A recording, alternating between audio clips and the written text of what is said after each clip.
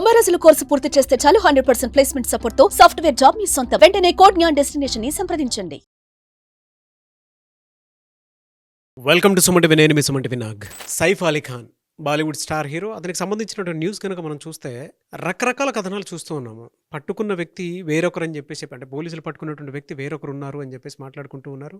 The same time అతని విషయంలో కుటుంబంలోనే కొన్ని వాటికి సంబంధించినటువంటి కథనాలు అయితే వింటూ ఉన్నాము. అంటే ఇంట్లోనే అంతా ఉంది, బట్ బయట గుట్టు చెప్పటం లేదు. అండ్ దీని అంతటికీ కారణం సైఫ్ అలీ ఖానే అని చెప్పేసి కొంతమంది మాట్లాడుకుంటున్నారు. కొంతమంది ఏమో వీటికి సంబంధించినటువంటి కథనాలు కనుక మనం చూస్తే ఇంటి పని మనిషికి సంబంధించినటువంటి కొన్ని ఎఫ్ఐఆర్ అప్డేట్స్ ఏదైతే ఉందో వాటికి సంబంధించి మాట్లాడుకుంటూ ఉన్నారు. అయితే వీటికి సంబంధించినటువంటి వాటిలో కనుక మనం చూస్తే పూర్తి అప్డేట్స్ ఏంటి అనేది ఈరోజు మనతో పాటు హైకోర్టు అడ్వకేట్ అలగర్ రవీంద్రనాథ్ గారు ఉన్నారు. అది వారి మాట్లాడి తెలుసుకుందాం. Hello sir. హాండే నాగరాజ్ గారు. సార్, ఈ సైఫ్ అలీ ఖాన్ విషయంలో ఒక్కొక్క కథనం ఒక్కొక్క రకంగా వస్తుందండి. మనం కూడా కొద్ది రోజుల నుంచి దాని మీద అప్డేట్స్ ఇస్తూనే ఉన్నాం, మాట్లాడుకుంటూనే ఉన్నాము. ఇప్పుడున్నటువంటి అప్డేట్స్ ప్రకారం కనుక మనం చూస్తే ఏం సార్, అంటే ఏం జరుగుతుంది అని అనుకోవచ్చు అంటారు? మామూలుగా మన బాడీకి ఒక చిన్న గాయం తగిలింది అనుకోండి, ఎక్కడో చిన్న స్విచెస్ పడ్డాయి అనుకోండి, మామూలుగానే ఒక 5 కుట్లో 4 కుట్లో చిన్న యాక్సిడెంట్ జరిగినా, చిన్న ఇన్సిడెంట్ అయినా అట్లీస్ట్ ఒక 3 days 4 days హాస్పిటల్లో ఉంటాం.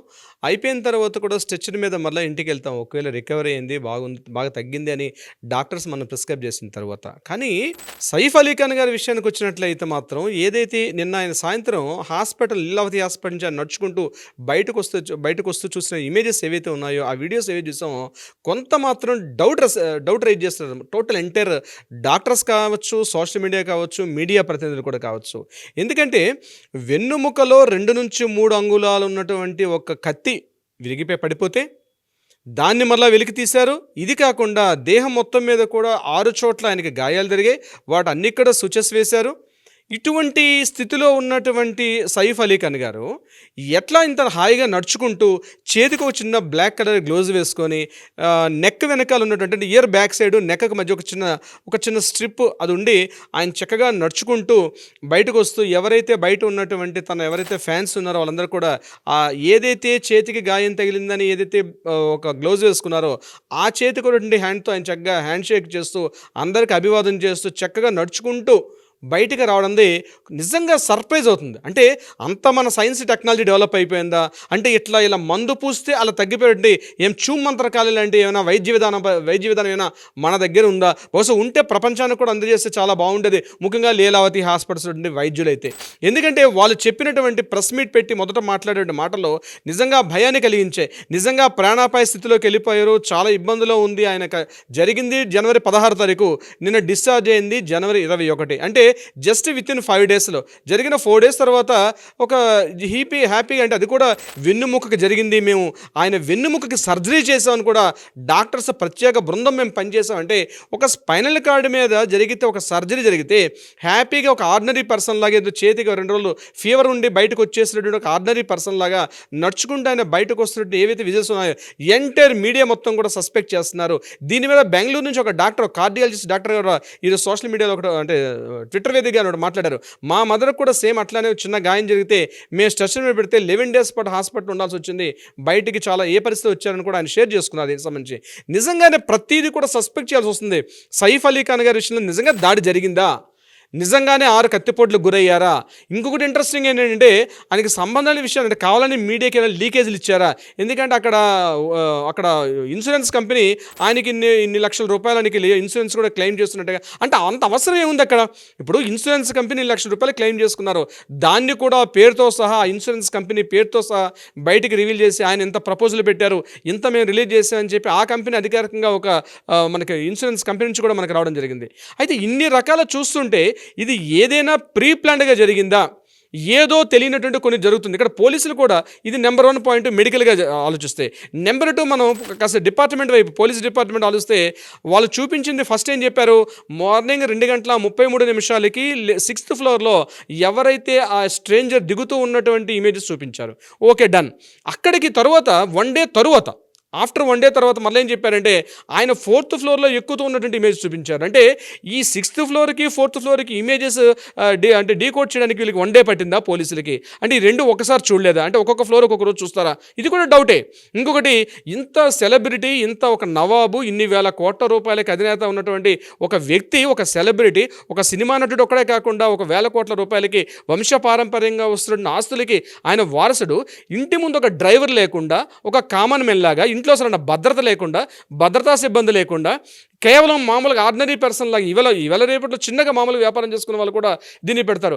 మరి ఆయన దగ్గర గన్ ఏమైంది? ఇప్పుడు గన్ ఇచ్చుంటారు. ఇప్పుడు మామూలుగా ఆయనకు ఒక సేఫ్టీ గన్ ఉంటుంది కదా, ఆయన ఖచ్చితంగా ఒక అధికారికంగా ఆయన తీసుకున్న గన్ ఉంటుంది. ఆ అధికారికంగా ఉన్న గన్ ఏమైంది? ఏమీ లేకుండా ఇంట్లో సీసీకి ఫుటేజ్ లేవు, ఇంట్లో భద్రతా సిబ్బంది లేరు, సెక్యూరిటీ గార్డ్ లేరు, ఎవ్వరు లేరు. ఒక మామూలుగా ఇంట్లో ఆయన పడుకున్నాడు. కరీనా కపూర్ వేరే రూమ్లో ఉంది, వాళ్ళ చిన్న అబ్బాయి జహంగీర్ ఖాన్ వేరే రూమ్లో ఉన్నాడు, ఎవరో స్ట్రేంజర్ వచ్చాడు అని చెప్పినట్టు ఈ కథ ఏదైతే ఉందో, అక్కడ ఉన్నటువంటి ఇలియామా ఫిలిప్ అని చెప్పినట్టు ఆ ఇంట్లో ఎవరైతే టేక్ కేర్గా చెప్తున్నట్టు ఆ ఇలియామా చెప్పిన మాటలు అంతా కూడా జరుగుతున్న మొత్తం విషయాన్ని కూడా మీడియాలో వస్తున్న వార్తలు కానీ మనకి సింక్ చేస్తే ఎక్కడా సింక్ కుదరట్లేదు. ఇప్పుడు నేను స్టార్టింగ్లో చెప్పినట్టుగా ఆయన ఈ యొక్క మనం నిజంగానే నమ్మాము వీటన్నిటి కూడా నిజంగానే బహుశా జరిగింది అనుకుంటే ఆయన ఎంత హ్యాపీగా నడుచుకుంటూ లీలావతి హాస్పిటల్ వచ్చిన తర్వాత ఆశ్చర్యం అనిపిస్తుంది, నిజంగా ఈ సంఘటన జరిగిందా? ఇది కాకుండా ఈరోజు మనకి న్యూస్లో రిలీజ్ అయిన న్యూస్ ఏంటంటే మధ్యప్రదేశ్లో భోపాల్ పట్టణంలో ఆయనకి సుమారుగా 15,000 కోట్ల రూపాయల ఆస్తి ఉన్న విషయం మీద మనకు వెలుగులోకి రావడం, దాని మీద కూడా మధ్యప్రదేశ్ హైకోర్టు వివేక్ అగర్వాల్ జస్టిస్ వివేక్ అగర్వాల్ కూడా దాని మీద ఇమీడియట్గా దాని మీద కొన్ని వాదనలు డిస్కషన్స్ అవుతున్నాయి.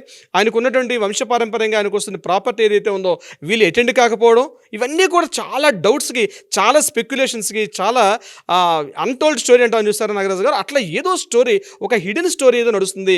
బట్ ఎందుకు పబ్లిక్లోకి మాట్లాడలేదు? ఈవెన్ కరీనా కపూర్ గారైనా మార్కెట్ అంటే ఇమీడియట్ ప్రెస్ ముందుకు వచ్చి ఆవిడ మాట్లాడాల్సిన అవసరం ఉంది. ఈ యొక్క డౌట్స్ అన్ని కూడా ఆవిడ మాట్లాడాలి.